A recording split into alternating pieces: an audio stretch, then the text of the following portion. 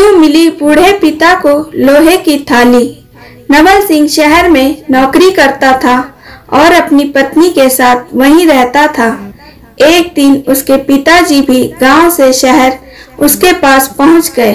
पहले तो नवल सिंह और उसकी पत्नी बहुत ही खुश हुए, लेकिन जब उनको मालूम पड़ा कि पिताजी अब यहीं रहेंगे तो उनको बहुत ही चिंता होने लगी। उनके पास एक रूम और किचन के साथ बरामदा था। रात का खाना सब लोग बरामदे में रखी टेबल कुर्सी पर ही किया करते थे।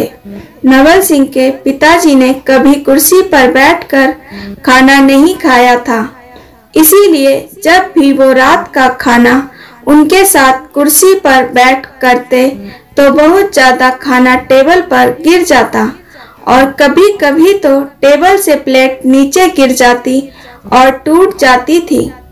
कुछ दिनों तक तो यह सब नवल सिंह और उसकी पत्नी ने बर्दाश्त किया, लेकिन एक दिन उसकी पत्नी बोली, सुनो जी, यह रोज रोज नहीं चल पाएगा। अपने पिताजी को कहें कि वह किचन में बैठकर ही खाना खाएं। रोज रोज मैं बर्तन का टूटना बर्दाश्त नहीं कर सकती, इसीलिए आप उनके लिए एक लोहे की थाली बनवा लो। नवल सिंह ने अब अपनी पत्नी का कहा मानकर अपने पिताजी के लिए लोहे की थाली बनवा ली और उनको अब अलग किचन में ही बैठाकर खिलाते थे और जब मन करता गुस्से में कुछ भी बोल देते।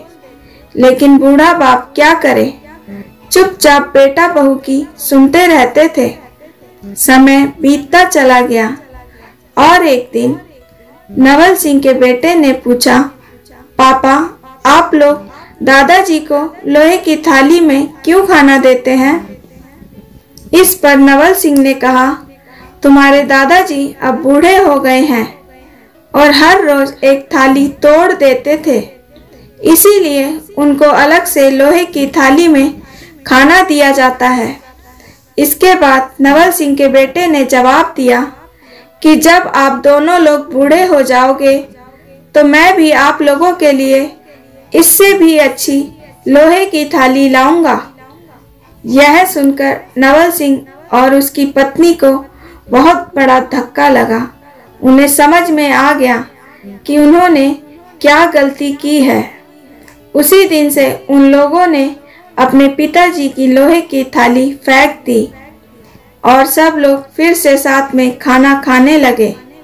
इस कहानी से हम लोगों को यही सीख मिलती है कि हम अपने बड़ों के साथ जैसा करेंगे, हमारे छोटे भी वैसा ही हमारे साथ करेंगे। कहानी आप लोगों को कैसी लगी कमेंट करके ज़रूर बताएं। मित्रों, आपको अगर कहानी पसंद आई और आप मेरे चैनल पर पहले से बने हुए हैं तो प्लीज़ चैनल को लाइक कीजिए और अगर आप मेरे चैनल पर नए हैं तो कृपया हमें प्रेरित करने के लिए चैनल को लाइक, शेयर और सब्सक्राइब करें ताकि हम आगे भी आपके लिए बेहतर कहानियाँ लेकर आते रहें।